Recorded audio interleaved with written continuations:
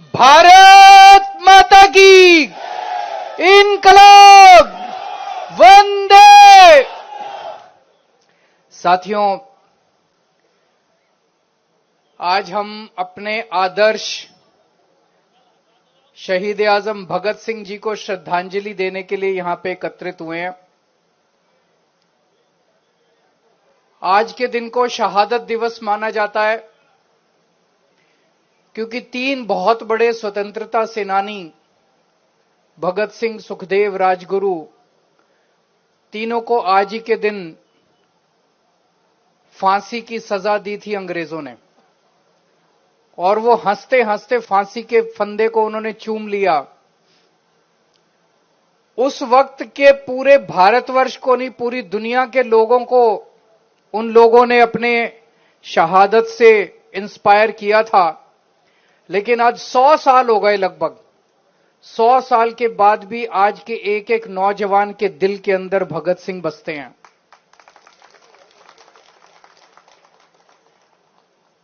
हमने भगत सिंह को और बाबा साहब अंबेडकर को अपना आदर्श माना है।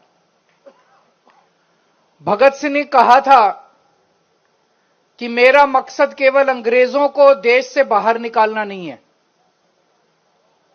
मेरा मकसद एक नया समाज गठित करना है जहां सबको बराबरी का अधिकार हो, गरीबों को उनका हक मिले, कोई गरीब ना रहे, सबको अच्छी शिक्षा मिले, अच्छी स्वास्थ्य सेवाएं मिले, सबको बरा जाति धर्म की भेदभाव नहीं होना चाहिए। उन्होंने कहा था कि अगर हमने ऐसे समाज का निर्माण नहीं किया तो अंग्रेजों के बाद ये गोरे अंग्रेज चले जाएंगे और काले अंग्रेज आके बैठ जाएंगे। उनको पता था कि ये होने वाला है। सोचो, उन्होंने 100 साल पहले बोल दिया था और आज हमारे देश के अंदर वही हो रहा है।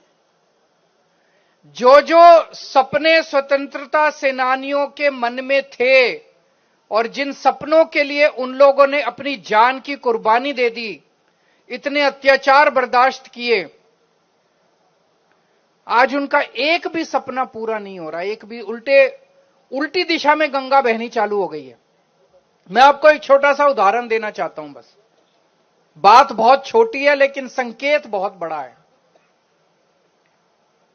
आप लोगों ने एक किताब है, पढ़ी है कि नहीं पढ़ी मुझे नहीं पता, एक भगत सिंह जी के पत्र, भगत सिंह जी ने जो जेल से चिट्ठियां लिखी थी, उन्होंने अपने पिताजी को चिट्ठी लिखी थी, उन्होंने अपने साथियों को चिट्ठियां लिखी थी, उन्होंने जेल से कई लोगों को चिट्ठियां लिखी थी। और वो चिट्ठियां जेल से जब बाहर जाती थी तो बाकायदा अंग्रेज अधिकारी उसको सेंसर करके पढ़ के और फिर बाहर भेजते थे। और उन चिट्ठियों को अगर आप पढ़ें तो उसमें काफी विस्फोटक मटेरियल होता था, अंग्रेजों के खिलाफ काफी कुछ लिखा होता था। फिर भी अंग्रेज उन चिट्ठियों को उसके साथियों, उनके साथियों के पास भी भेजते थे, पिताजी के पास भी भेजते थे, उनके रिश्तेदारों के पास भी भेजते थे। जब मैं जेल गया, मैंने एक चिट्ठी लिखी एलजी साहब को, 2 लाइन की चिट्ठी। जब मैं जेल में था, मैं मुख्यमंत्री था, मैंने इस्तीफा नहीं दिया था। तो जब 15 अगस्त का समय आया तो 15 अगस्त के मौके पे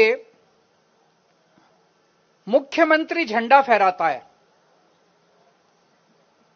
तो मुझे चिंता हुई कि 15 अगस्त को इस बार कौन झंडा फहराएगा। तो एलजी साहब को मैंने एक चिट्ठी लिखी कि एलजी साहब, इस बार 15 अगस्त को चूंकि मैं जेल में हूं, मैं झंडा नहीं फहरा पाऊंगा, इसलिए हमारी मंत्री आतिशी जी को झंडा फहराने के लिए इजाजत दी जाए। बस, इसमें तो कोई आतंकवाद नहीं है, इसमें तो कोई मैं भड़का नहीं रहा किसी को, कोई गलत बात नहीं है इसमें। तो ये सिंपल सी चिट्ठी थी। ये चिट्ठी मैंने जेल के सुपरिंटेंडेंट को दे दी। मैंने कहा, जी इसको देख लो, चिट्ठी को वेट कर लो, सेंसर कर लो और एलजी साहब तक पहुंचा दो। वो चिट्ठी एलजी साहब को नहीं पहुंचाई गई और मेरे को अगले दिन शो कॉज नोटिस मिला कि आपको हिम्मत कैसे हो गई ऐसी चिट्ठी लिखने की। क्यों ना शो कॉज कर दिए मिला गया, क्यों ना आपकी जेल में मिलने वाली सुविधाएं बंद कर दी जाएं। मैं सोच रहा था यार, इसलिए आजादी की लड़ाई लड़ी थी क्या? अंग्रेजों ने भगत सिंह जी को हर किस्म की चिट्ठी लिखने की आजादी दी। सारी चिट्ठियां पढ़ना, वो किताब बड़ी शानदार, मैंने जेल में पढ़ी थी भगत सिंह की चिट्ठियों की किताब, जो उन्होंने जेल से चिट्ठियां लिखी थी बाहर। उनको सारी चिट्ठियां लिखने की आजादी अंग्रेजों ने दी थी। मैं 2 लाइन की चिट्ठी मैंने एलजी साहब को लिखी, वो भी एक तरह से फॉर्मेलिटी वाली चिट्ठी थी। उस चिट्ठी के एवज में मेरे को शो कॉज नोटिस जारी कर दिया। अरे तो तुम तो अंग्रेजों से भी बदतर हो यार।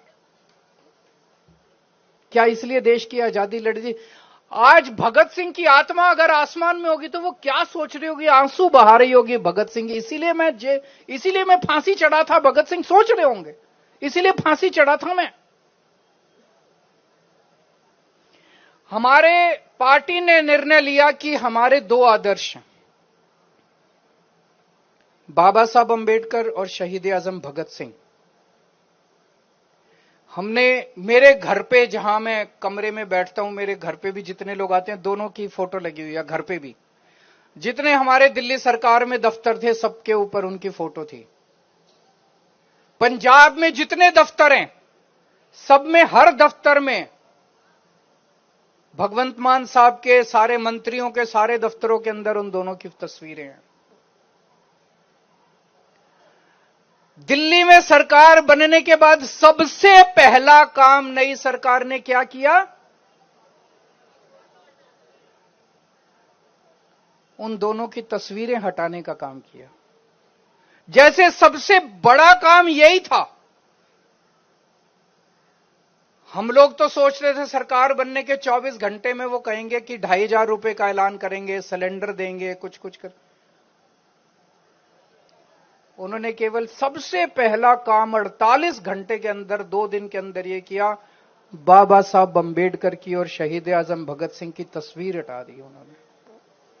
मेरे को तो बहुत तकलीफ हुई, मुझे तो बहुत तकलीफ हुई।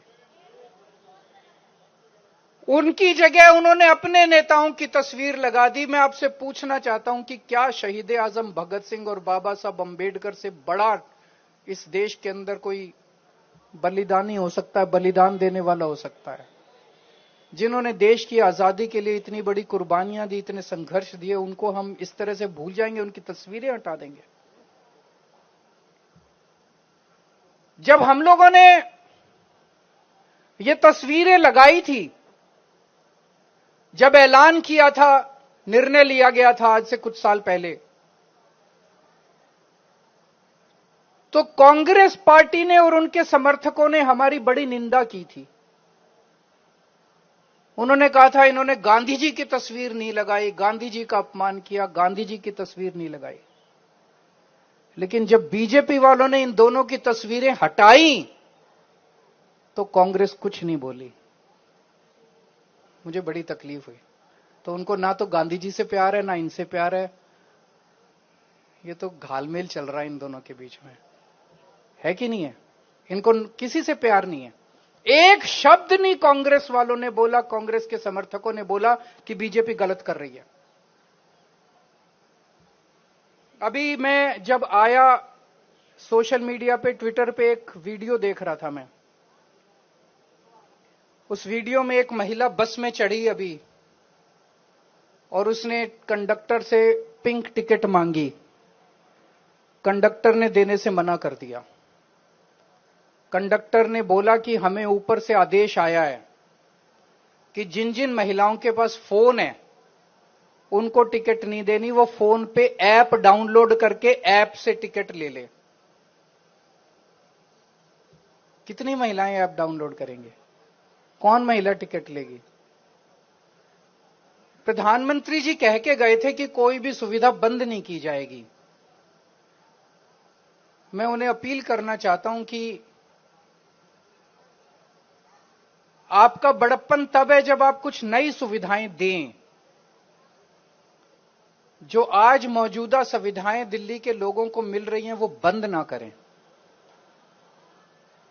लाखों लाखों महिलाएं रोज दिल्ली की बसों के अंदर सफर करती हैं। बहुत सारी महिलाएं हैं जो इस फ्री बस सफर की वजह से दूर दूर तक अब नौकरी करने लगी हैं, अपना काम धंधा करने लगी हैं। दूर दूर जाके भाई कई बेटियां ऐसी हैं जो कॉलेज की पढ़ाई अब कर पा रही हैं। उन सबको तकलीफ होगी अगर फ्री बस का सफर बंद कर दिया गया। आपने कहा था 8 मार्च को 2,500 रुपए आपके अकाउंट में आ जाएंगे, लोग उसकी इंतजार करते रह गए। आपने कहा था होली पे गैस का सिलेंडर मिलेगा, लोग इसकी इंतजार करते रह गए। जो वादे आपने किए थे वो वादे पूरे करो ना। आप पुरानी सुविधाओं को भी बंद करते जा रहे हो, ये तो धोखा हो जाएगा लोगों के साथ, ये तो सही नहीं है। तो मेरी आप सब लोगों से, खासकर आम आदमी पार्टी के कार्यकर्ताओं से आज शहादत दिवस के अवसर पर निवेदन है, अपील है कि हमारी पार्टी सत्ता के लिए नहीं आई थी, सत्ता से पैसे, पैसे से सत्ता, इसके लिए नहीं आई। हमारी पार्टी बाबा साहब अंबेडकर और शहीद आजम भगत सिंह के सपनों को पूरा करने के लिए आई है। और ये ऐसे नहीं पूरे होंगे, उसके लिए बहुत बड़ी बड़ी कुर्बानियां देनी पड़ेंगी, लड़ना पड़ेगा, संघर्ष करना पड़ेगा। और आज हमारी पार्टी का एक एक कार्यकर्ता वो संघर्ष कर रहा है, चाहे वो सड़क पे कर रहा हो, चाहे असेंबली के अंदर बैठ के कर रहा हो, चाहे संसद के अंदर जब संजय सिंह दहाड़ते हैं तो पूरा देश सुनता है उनको कि किस तरह से ये संघर्ष करते रहना पड़ेगा हम लोगों को। और मैं पूरी तरह, मुझे विश्वास है कि जब आज के दौर का इतिहास लिखा जाएगा तो ये लिखा जाएगा कि केवल आम आदमी पार्टी थी जिसने इन क्रूर शासकों के खिलाफ संघर्ष किया और लड़ाई लड़ी थी। बाबा साहब अंबेडकर, शहीद आजम भगत सिंह,